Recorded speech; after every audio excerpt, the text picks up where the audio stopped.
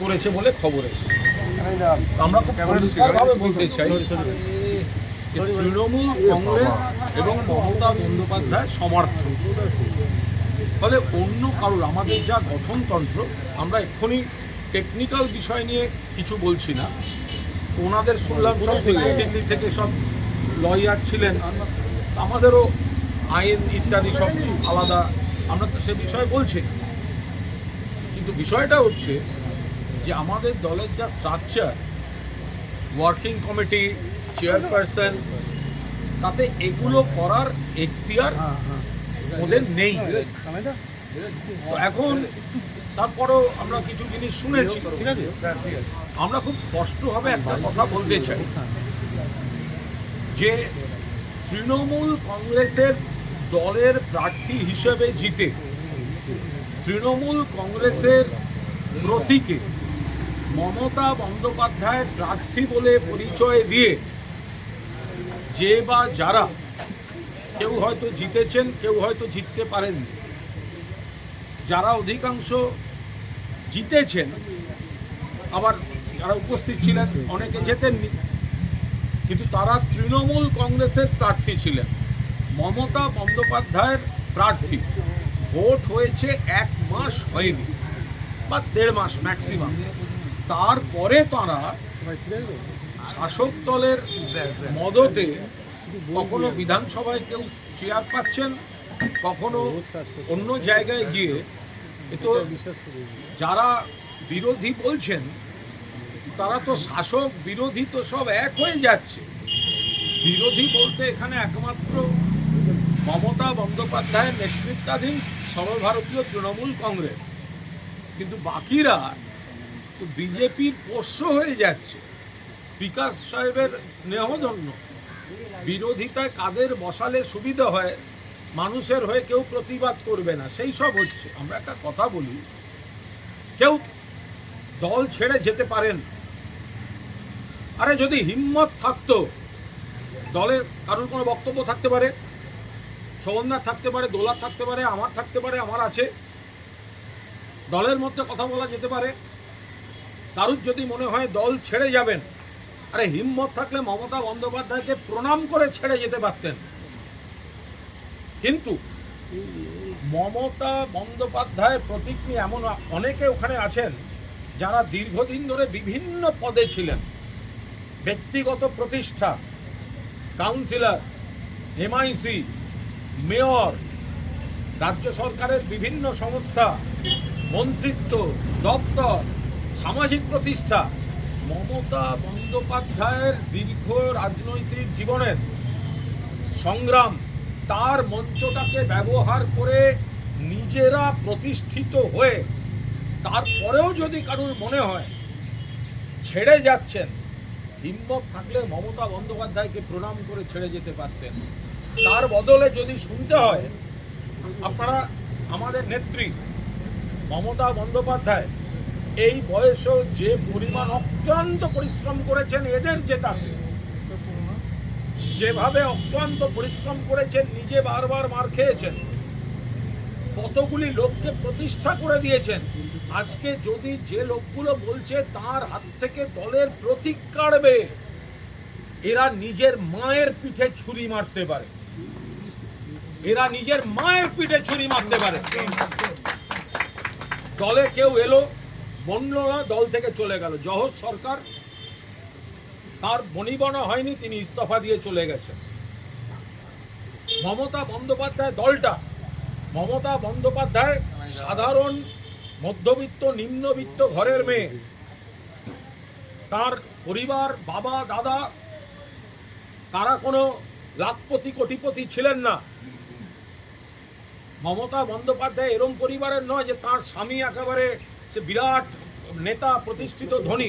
একা মহিলা, গরিব ঘর থেকে এসে, টালির ঘর থেকে নিজের রক্ত জল দিয়ে একটা দল তৈরি করেছেন। তার উপর দাঁড়িয়ে কেউ আমরা পুরসভায়, কেউ বিধানসভায়, কেউ লোকসভায় গেছে, তারা বলবে মমতা বন্দ্যোপাধ্যায়ের হাত থেকে প্রতীক কেড়ে নেওয়া। আইনের লড়াই পরে হবে, আগে ভগবানের দরবারে লড়াই হবে। এরা এর মায়ের পিঠে ছুরি মারতে পারে, এদের যা মানসিকতা। আমরা লজ্জিত যে আমরা এরকম কয়েকজনের সঙ্গে ছিলাম। আমরা এখনো বিশ্বাস করি ওদের সঙ্গে এমন অনেকে ছিলেন যারা দুপুর বিকেল অবধি আমাদের সঙ্গে কথা বলে গেছেন। তারা এই ভয়ঙ্কর নোংরামির সঙ্গে নিজেদের মেলাতে চান না। বিভিন্ন ধরনের ভয়, প্রেসার, রাষ্ট্রশক্তির প্রয়োগ এই করে তাদের দমন পীড়নের উপর দাঁড়িয়ে সঙ্গে রাখা হচ্ছে। যারা এত কিছু মমতা বন্দ্যোপাধ্যায়ের লড়াইকে নিংড়ে নিয়ে 1.5 মাস আগে, আপনারা বলুন এদের বডি ল্যাঙ্গুয়েজ কি ছিল? দিদি দিদি দিদি দিদি দিদি দিদি দিদি। সেই জায়গায় দাঁড়িয়ে কখনো তারা মমতাদির সঙ্গে থাকতে ব্যস্ত, কখনো অভিষেককে যুবরাজ। আজকে তারা বলছেন তৃণমূলের খারাপ, তারা বলছেন অমুক জায়গায় নতুন কমিটি, এইসব গল্প শুনতে পাচ্ছি। আমরা পরিষ্কার বলছি, এই চাটন ঋতু একটা সিপিএম থেকে লাথি খাওয়া মাল, তাকে অভিষেক ব্যানার্জি দয়া করে পায়ের কাছে আশ্রয় দিয়েছিল, পায়ের কাছে আশ্রয় দিয়েছিল। তাকে কখনো পাঠানো হয়েছে, কখনো মমতাদি কমিটিতে রেখে তাকে একটা পুনর্বাসন দিয়েছেন, কখনো তাকে দেয়া হয়েছে, কখনো দেয়া হয়েছে রাজ্যসভা, কখনো বিধানসভা। কত বড় গদ্দার বেঈমান হলে পার্টির অ্যাকাউন্ট নিয়ে চিঠি দিয়েছে, সেই অ্যাকাউন্টের টাকায় নিজেরা নির্বাচন করেছে। পার্টি যে অ্যাকাউন্ট সিজ করার জন্য পুলিশকে চিঠি দিয়েছে, যে অ্যাকাউন্টে নাকি খারাপ টাকা আছে আমরা জানি না, আমরা এইটুকু জানি এতদিনের দল, মানুষের রক্ত জল করা কর্মীদের সঞ্চয়, এত এমএলএ এমপি কাউন্সিলর, পার্টির তহবিল থাকতে পারে। কিন্তু আপনি চিঠি দিচ্ছেন, তুমি চিঠি দিচ্ছ, তুই চিঠি দিচ্ছিস, আর তুই নিজে 1 মাস আগে সেই টাকা 25 লাখ নিয়ে তুই নির্বাচন করছিস। তারা সাধু সাজছে, তারা সাধু সাজছে। মোট খরচা করেছে 26 লাখ না 27 লাখ, তার 25 লাখ এই পার্টির অ্যাকাউন্ট থেকে হোয়াইট টাকা গেছে, অডিটেড টাকা গেছে, ব্যাংক ট্রানজাকশনে গেছে, আরটিজিএস করে গেছে। যে নিজেই পার্টির পর পার্টি থেকে বহিষ্কৃত, সে তারা বলছে নাকি বহিষ্কার, জোক অফ দ্য সেঞ্চুরি, প্রহসন মানিয়ে দিচ্ছে রাজনীতিটাকে। আমরা পরিষ্কার বলছি যে কয়েকজন নেতা ব্যক্তি স্বার্থে বসে কোনো কিছু ঠিক করে দিতে পারেন না। তৃণমূলের সম্পদ সাধারণ মানুষ এবং সাধারণ কর্মীরা, যার নেত্রীর নাম মমতা বন্দ্যোপাধ্যায়। মমতা বন্দ্যোপাধ্যায় মানে তৃণমূল, তৃণমূল মানে মমতা বন্দ্যোপাধ্যায়। এই মহিলার জীবন বাজি রাখা সংগ্রামের উপর দাঁড়িয়ে এই তৃণমূল কংগ্রেস জন্ম নিয়েছিল। তাতে প্রতিষ্ঠিত হয়েছেন এই লোকেরা, যারা আজকে মা মাটি মানুষ ভুলে গিয়ে একটা হোটেলে অন্য দলের হাতে তামাক খেয়ে যারা তৃণমূলের পিঠে ছুরি মারতে যাচ্ছে। ওর বাড়ির লোক বিশ্বাস করবে না, পাড়ার লোক বিশ্বাস করবে না। আমরা হতে পারি, আপনাদের দেখে মনে হতে পারে সংখ্যায় কম, ওদের সঙ্গে প্রচুর বেঈমান থাকতে পারে, ওদের সঙ্গে চাপে পড়ে যাওয়া এমএলএ এমপি থাকতে পারে। আমরা গর্বিত আমাদের সঙ্গে একজন মমতা বন্দ্যোপাধ্যায় আছে। যে মহিলার আন্দোলনকে নিংড়ে নিয়ে এরা নিজেদের সামাজিক, পারিবারিক, ব্যক্তি, রাজনৈতিক, প্রশাসনিক প্রতিষ্ঠা নিয়েছে, আজ তার পিঠে ছুরি মারছে, ছুরি মারছে। এদের কেউ বিশ্বাস করবেন না, কেউ বিশ্বাস করবেন না। বেঈমান কয়েকটা, আমি সকলকে বলছি না, অনেকে ভয়ে চাপে আছেন। যারা জানে তারা কি আড়াল করতে, কি বাঁচার জন্য গেছে, আমি সকলকে বলছি না, আমরা কেউ সকলকে বলছি না। কিন্তু মমতা বন্দ্যোপাধ্যায়ের দল তুমি ছেড়ে যাচ্ছ। বাট যদি বলো মমতা বন্দ্যোপাধ্যায়ের হাত থেকে প্রতীক নেব, দল কেড়ে নেব, এর বাড়ির লোক বিশ্বাস করবেন না। মায়ের পিঠে ছুরি মারা কালচার এদের, পাড়ার লোক বিশ্বাস করবেন না। জিজ্ঞাসা করুন, আপনারা এই পার্টির টাকা নিয়ে নির্বাচন করেছেন কেন? কেন 25 লাখ করে টাকা নিয়েছেন এই পার্টির অ্যাকাউন্ট থেকে? ফলে আমরা আপনাদের বলছি, মমতাদির নেতৃত্বে তৃণমূল কংগ্রেস ছিল, আছে, থাকবে সারা বাংলায় কর্মীরা, সমর্থকরা এবং সাধারণ মানুষ যত করবে হামলা, যত করবে বেইমানির হামলা, তত বেশি করে মমতা বন্দ্যোপাধ্যায়ের পাশে গর্জে উঠবে বাংলা।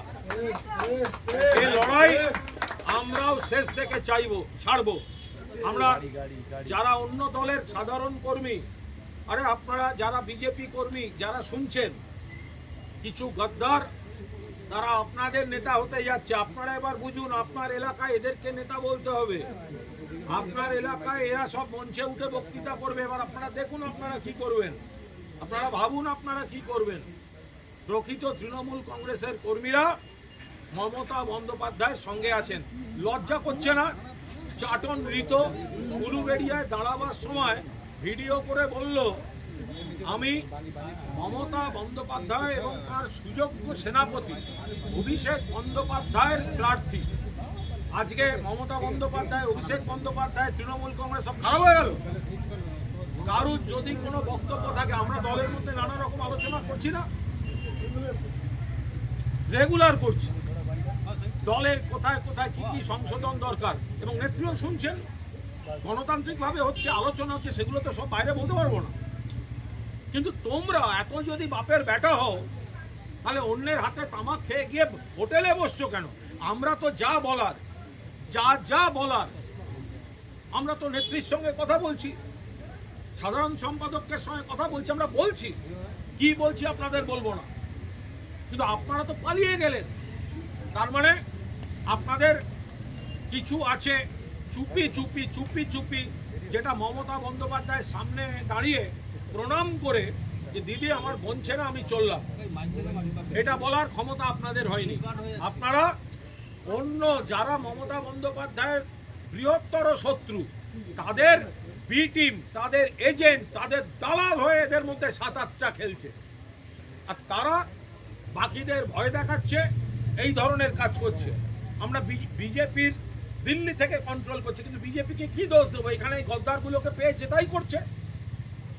বিজেপির তো আমরা নিশ্চয়ই সমালোচনা করছি, দিল্লি থেকে অপারেট হচ্ছে, কিন্তু এই গদ্দারগুলোর জন্য তো আরো বেশি হচ্ছে, কুনকি হাতির মতো আচরণ করছে।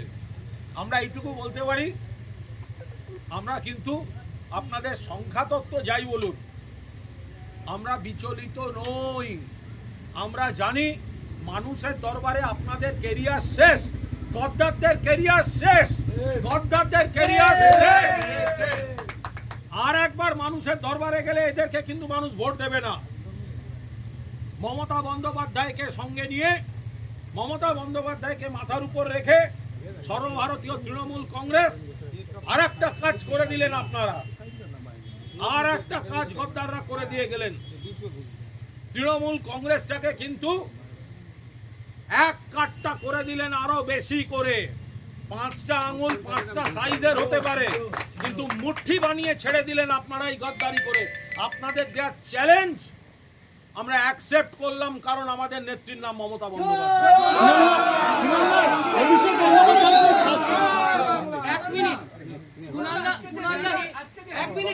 হিন্দি বলবেন 1 মিনিট। আমি শুধু একটা কথা অ্যাড করতে চাই, কুণালদা বলেছেন, তাও সারসংক্ষেপ, মানে সামাপের মতন করে।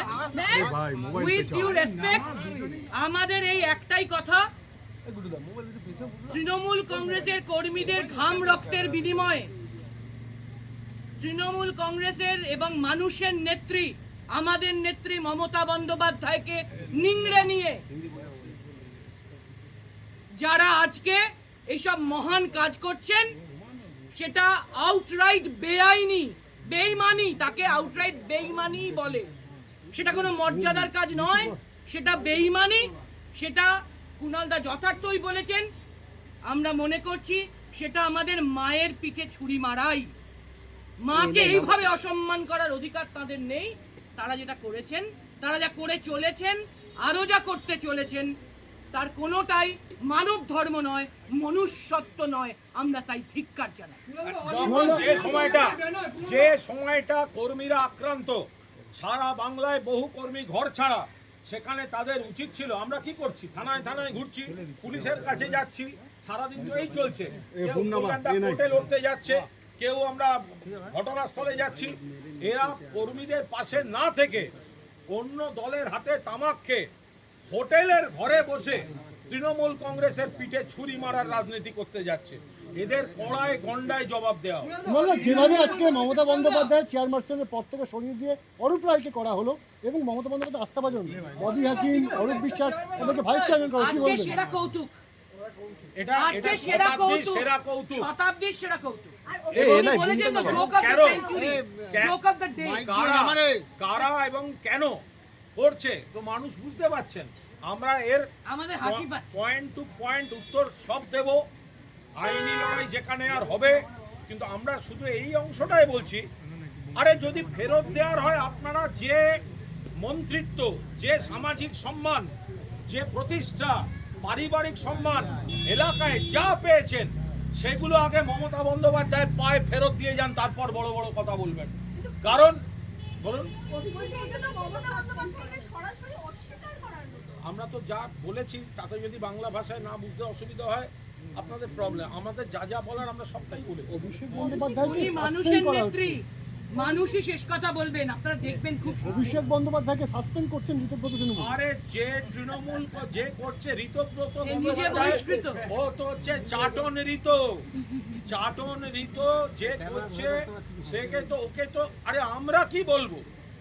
কদিন আগে মুখ্যমন্ত্রী, যখন মুখ্যমন্ত্রী বিরোধী দলনেতা ছিলেন, তখন তো মুখ্যমন্ত্রীকেই এই ঋতব্রত নিয়ে জিজ্ঞাসা করা হয়েছিল। মুখ্যমন্ত্রী, আজকের মুখ্যমন্ত্রী, তিনি তো বলেছেন, তো উনি তো বলেছেন, তো আমাদের তো বাড়তি বলতে হচ্ছে না, না। একজন আমার কথা, বহিষ্কৃতর কি অধিকার যে নিজে বহিষ্কৃত, আরেকজনকে বহিষ্কার করার? এর থেকে বড় হাস্য কৌতুক আর কিছু নয়। সিপিএম থেকে বহিষ্কৃত, তৃণমূল থেকে বহিষ্কৃত, তিনি আবার কি বহিষ্কার করছেন? চাটন ঋত। ওরা এমন করে ছেড়েছে, আগের দিন তো দেখলাম শুভেন্দু অধিকারীকে, শুভেন্দুদা তার জুতো পালিশ করছে, শুভেন্দু অধিকারী মাননীয় মুখ্যমন্ত্রী, কিন্তু বিরোধী দলনেতাও তো স্পিকারের সৌজন্যে বিজেপির হয়ে গেছে। এখন বিরোধী বলতে মানুষের কথাটা বলবে কে? এদের যত আপনারা তৎপরতা দেখেছেন, গত কয়েকদিন ধরে মুখ্যমন্ত্রীর কাছে গিয়ে হকারদের ওপর অমানবিক আচরণ বন্ধ হোক, কারা বলেছে? এই শোভনদেব চট্টোপাধ্যায়ের আমরা বলেছি। যেগুলো সমস্ত সন্ত্রাস, তার বিরুদ্ধে থানায় কারা যাচ্ছে? আমরা যাচ্ছি। মুখ্যমন্ত্রীর কাছে কারা গেছে? আমরা গেছি। তো যারা বলছে বিরোধী দলনেতা, তারা তো চেয়ার পাওয়ার জন্য আর পিঠে ছুরি মারার জন্য হোটেল রাজনীতি করে যাচ্ছে। একটা বিষয়, সেটা হচ্ছে যে আজকে আমরা দেখলাম অরূপ বিশ্বাস, তিনি গেলেন মেসি কাণ্ডে হাজিরাইতে, বেরিয়ে বললেন মমতা বন্দ্যোপাধ্যায়ের সঙ্গে রয়েছি, তারপরে তার নাম ঘোষণা হচ্ছে বিদ্রোহী তৃণমূল কংগ্রেসের ভাইস চেয়ারম্যান পদে। কি বলবেন? এবং এটা সম্পূর্ণ, এটা নিয়ে আমরা এই মুহূর্তে কোনো মন্তব্য, আমরা এটাই বলবো, মানুষই জবাব দেবেন। আমরা মায়ের প্রতি এই অসম্মানের জবাব মানুষ দেবেন, আপনারা অপেক্ষা করে এবং দেখুন। শেষ প্রশ্ন করবো, তৃণমূল কংগ্রেসের লোগো এবং অল ইন্ডিয়া তৃণমূল কংগ্রেস নাম যেভাবে ব্যবহার করা হচ্ছে, আপনারা কি আইনি পথে হাঁটবেন? সম্পূর্ণভাবে বেআইনি কাজ করা হয়েছে, অনধিকার কাজ করা হয়েছে। এটা করা সম্ভব না। যদি এরা এই কাপুরুষোচিত, অন্যের হাতে তামাক খেয়ে কাপুরুষের মতো কাজ করেছে, যদি হিম্মত থাকতো, আচ্ছা মমতা বন্দ্যোপাধ্যায় যদি মুখ্যমন্ত্রী হতেন, তাহলে কি আর আমরা এখানে তিনজন দাঁড়িয়ে থাকতাম? ওখানে আলো করে যারা বসে আছেন তারাই এখানে দাঁড়িয়ে থাকতেন, তখন আমাদের তিনজনকে পাওয়া যেত না। যদি মুখ্যমন্ত্রী মমতা বন্দ্যোপাধ্যায় হতেন, এরাই এখানে এসে দাঁড়িয়ে থাকতো, এরাই হচ্ছে দি করে যেত। তো সুতরাং তারা এখন গেছে ওখানে। এবার তাদের কি নৈতিকতা, তাদের কি রাজনৈতিক